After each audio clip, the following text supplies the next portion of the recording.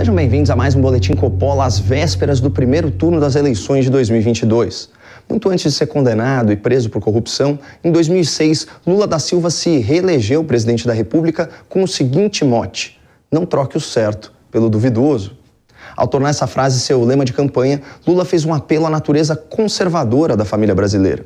Não troque o certo pelo duvidoso era um alerta para o risco de mudar o comando do país no momento em que a economia ia bem e a renda básica com o Bolsa Família se consolidava como política de governo. Foi assim que milhões de eleitores honestos, trabalhadores e decentes fecharam os olhos para os crimes do PT no mensalão e permitiram que Lula e sua caterva voltassem à cena do crime. O preço por essa conivência com a corrupção petista, o brasileiro pagou 10 anos depois, com juros e correção. O desgoverno Dilma Rousseff mergulhou o Brasil na maior crise da sua história. Por 2 longos anos, a economia do país encolheu, a inflação aumentou, o desemprego disparou e a violência fugiu de controle. Em 2016, mais de 61 mil brasileiros foram assassinados, 7 vidas perdidas por hora. Ao ser removido do poder em meio a escândalos de corrupção, o PT entregou um Brasil deficitário, em recessão, com 52 milhões de pessoas abaixo da linha da pobreza e 36% dos lares, ou melhor, 84 milhões de vulneráveis sofrendo com insegurança alimentar. Esse é o nosso passado e não tem nada que a gente possa fazer a respeito, exceto aprender com ele. Mas num voto de protesto contra o sistema, a população elegeu um governo de enfrentamento com propostas disruptivas. Acabar com o loteamento político em ministérios estatais, reduzir o inchaço do Estado, promover a liberdade econômica, moralizar a administração pública e defender os valores da família. Aos trancos e barrancos, com erros e acertos, muitos avanços foram conquistados. As empresas estatais, que antes eram antros de corrupção, cabides de emprego e fonte de prejuízo, 32 bilhões no vermelho só em 2015, agora registram lucros recordes.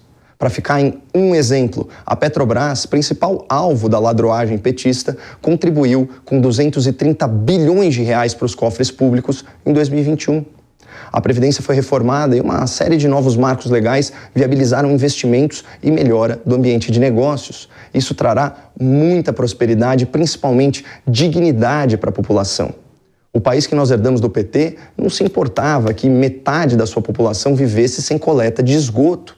Mas nos últimos 2 anos, 76 bilhões de reais da iniciativa privada foram investidos em saneamento básico, beneficiando aí mais de 20 milhões de brasileiros. E até 2033, 9 em cada 10 lares terão cobertura sanitária.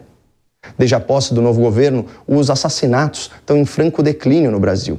O número de homicídios é o menor da série histórica e a violência contra a mulher está sendo combatida num esforço legislativo sem precedentes. Invasões de terra não são mais aplaudidas pelo governo e praticamente se extinguiram. O novo modelo adotado pelo governo é a regularização fundiária, com emissão aí de mais de 405 mil títulos de terra para pequenos produtores rurais. No meio ambiente, o Brasil é referência em energia renovável e mantém 2/3 da sua vegetação intocada. Nos últimos 2 anos, o país reduziu em cerca de 25% o número de queimadas, ficando bem longe do recorde de incêndios que foi registrado, adivinha só, nos governos de Lula. Entre 2003 e 2010, foram 2 milhões e 400 mil focos de fogo, uma média de 25 mil queimadas por mês. Falando em natureza, o agro brasileiro, cada vez mais tecnológico, mais sustentável e produtivo, alimenta mais de 1 bilhão de pessoas no mundo e é o principal responsável pelo recorde de superávit na nossa balança comercial, que já ultrapassou aí 60 bilhões de dólares de saldo positivo. Com determinação e resiliência, a sociedade brasileira enfrentou ao longo desses últimos 7 anos sua maior recessão econômica, sua maior seca e sua maior pandemia. Nós vivemos atualmente a maior inflação internacional de alimentos e energia e ainda assim o Brasil se destaca no cenário global pelo seu cuidado com os mais pobres, pela geração de empregos e pela redução de impostos. A renda básica finalmente se tornou um direito constitucional. Agora, programas como o Auxílio Brasil são políticas de Estado, não de governo. Em 2020, o ano mais crítico da pandemia, enquanto a oposição histérica paralisava, empobrecia o país como fique em casa, o choro é livre, a economia a gente vê depois, o governo federal desembolsou o equivalente a uma década do Bolsa Família e distribuiu 320 bilhões de reais por meio do auxílio emergencial, o que reduziu a pobreza extrema ao seu menor nível histórico. Atualmente, o governo Bolsonaro investe no Auxílio Brasil 5 vezes o que o governo petista alocava para o Bolsa Família. Antes, o Bolsa Família atendia 3 milhões de famílias, pagando aí, em média, R$ 191. Agora, em 2022, o Auxílio Brasil contempla 21 milhões de famílias, pagando, em média, R$ 600 por mês. Mas, como dizia Ronald Reagan, o melhor programa social ainda é o emprego.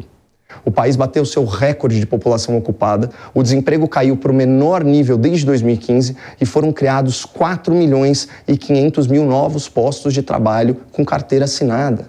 Só nesse ano, mais de 1,5 milhão de pessoas ingressaram no mercado de trabalho formal. E a economia segue crescendo. O consumo das famílias aumentou, o humor dos empregadores melhorou e o PIB está sendo revisto para cima. É possível que o Brasil cresça 3% esse ano, na esteira do crescimento de 4,6% no ano passado. O bom momento da economia foi impulsionado pelas políticas de redução de impostos do governo, especialmente o esforço pela queda do ICMS. Energia, comunicações, transportes e combustíveis não podem mais ser tributados além de 17%. Graças a essa medida simples e muito justa, o preço do combustível despencou e derrubou a inflação. Isso representa mais dinheiro no bolso do trabalhador, mas, curiosamente, os senadores do Partido dos Trabalhadores votaram todos contra essa redução de impostos. Por que será? Com todos os seus defeitos, o atual governo promoveu reformas, reduziu a violência, ampliou a renda básica, gerou empregos e cortou impostos. É um governo que, na contramão de um mundo em crise, está fazendo a economia crescer e a inflação diminuir. E aqui nós voltamos àquele lema da reeleição de Lula da Silva em 2006, que, por uma ironia do destino, agora se volta contra a candidatura petista. Não troque o certo pelo duvidoso. Se os eleitores seguirem esse conselho no domingo, a tendência é que o atual presidente se reeleja.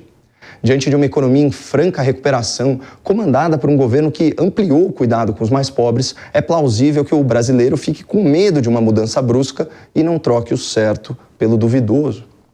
Mas, ao contrário de 2006, nenhum eleitor precisará fechar os olhos para um governo corrupto, como era o governo do PT.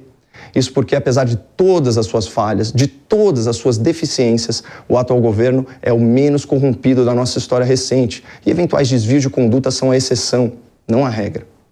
Com a eleição se aproximando, a pergunta que não quer calar é a seguinte: e você?